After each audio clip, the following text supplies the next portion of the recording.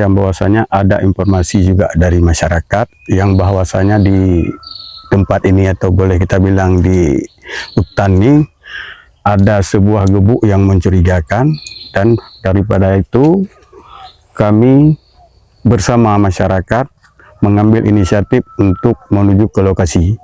Setelah kami cek, berarti betul-betul memang ada tempat ini, sehingga kami membasminya.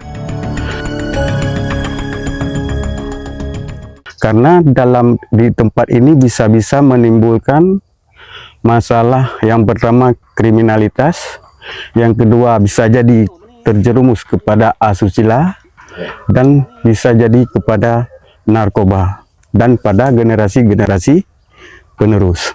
Nah, itu.